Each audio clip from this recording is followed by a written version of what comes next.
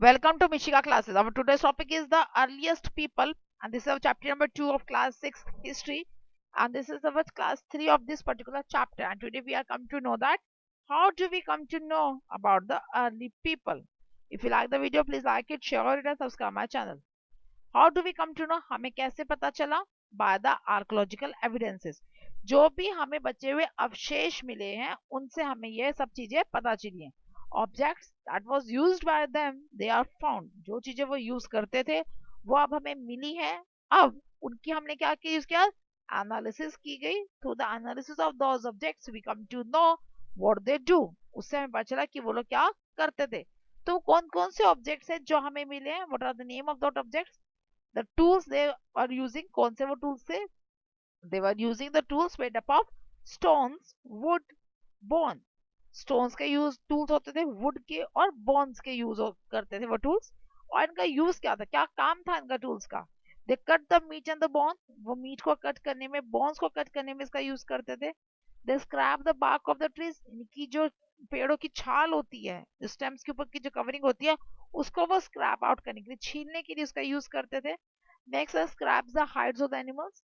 Animals की जो ऊपर की स्किन होती है, जो एनिमल्स की हाइड्स होती है, बेसिकली एनिमल्स की जो स्किन होती है, वो उसको उनसे अलग करने के लिए, because the spark bark of the trees and the hides of the animals they use their as a clothes. वो उनको अपने कपड़ों की तरह यूज करते थे. मीट एंड बोन को तो वो ईट करते थे, और बोन्स का वो यूज करते थे for the their tools. Tools की तरह यूज कर लिया.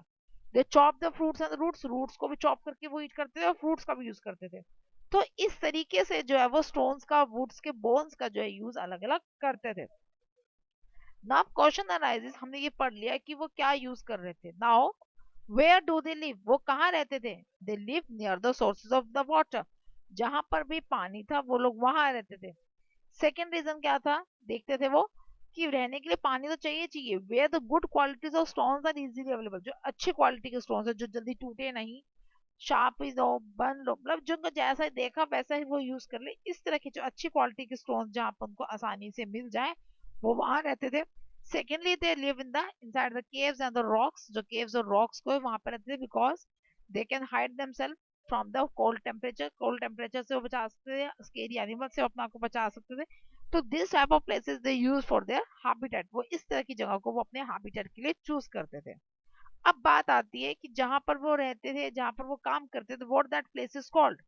उन प्लेसेस को क्या कहा जाता था? They are called the sites. क्या कहा जाता? उनको साइट्स कहा जाता. Though they are the some sites, famous sites थी उस टाइम पे. जो आपकी क्लास 6 के अकॉर्डिंगली इंपॉर्टेंट है, दीज आर दीज 3 साइट्स. वैसे तो बहुत सारी साइट्स हैं, लेकिन जो आपकी क्लास 6 की अगर आप बात करो तो वहां पर ये 3 साइट्स ही इंपॉर्टेंट है. The first one is a Bhimbetka. That was in the Madhya Pradesh. Madhya Pradesh के अंदर भीमकेटा. हंसी के अंदर Karnataka.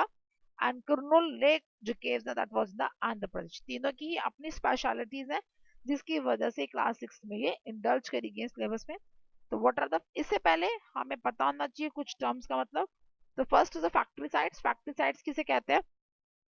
The places where finished and unfinished tools have been found. जहां पर टूल्स मिलते थे, जहां पर सिर्फ टूल्स ही मिले हैं, तो उन जगहों को तो हमने क्या नाम दे दिया? Factory sites. तो वो टूल्स किसके बने होते थे? Either made up of stones और ऑफ द वुड्स. या स्टोन्स के बने होते थे या वुड्स के. तो जहां पर सिर्फ टूल्स मिले उनको हमने नाम क्या दे दिया? फैक्ट्री साइट्स का नाम दे दिया. हैबिटेशन कम फैक्ट्री साइट्स का नाम किसको दिया गया? The place where finish and unfinished tools are found. ये तो मिले ही मिले, as well as the remains of the animals and the artefacts. Animals के रिमेन्स और जो बाकी चीजें थे वो जो यूज करते थे, उनका भी उनको वहां पर रिमेन्स मिले. उस जगह का नाम क्या दे दिया? Habitation cum factory sites. Because the remains of the animals and the artefacts were use for their living, livelihoods के लिए, उनकी जीविका चलाने के लिए इनको चीज की जरूरत थी. दैट्स वाई दे, अब वहां पर जीविका चलाने के तो मीन्स उनका वो क्या बन गया?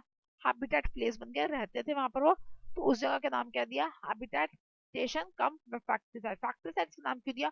Because we don't know that place they were using for the, are they are using for the living or for their preparing the stores या tools, जो भी वो बनाने के लिए वो यूज कर रहे थे, तो या फिर वो, तो इसलिए उसका नाम क्या दिया गया? हैबिटेशन का factory sites and the factory sites. These are the two sites. अब जो तीनों साइट्स जो हमारे क्लास 6 के अकॉर्डिंगली इंपॉर्टेंट है, हम उनको डिस्कस करेंगे.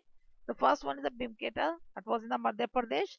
This site was belong from the palaeolithic and the mesolithic period. ये जो साइट है ये पिलोथिक और मेसोलिथिक पीरियड से बिलोंग करती है और 2003 के अंदर यूनेस्को वर्ल्ड हेरिटेज साइट्स के अंदर इसको इंक्लूड कर दिया गया.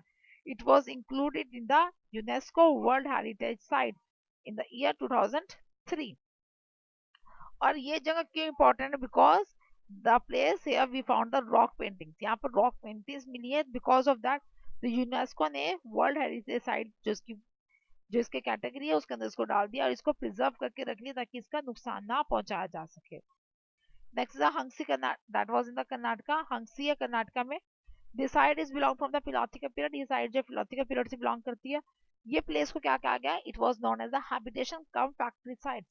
हैबिटेशन कम फैक्ट्री साइट इसको कहा गया because here we found the making tools and the weapons. साथ साथ ही एनिमल्स रिमेन्स भी हमें यहाँ पर मिले हैं.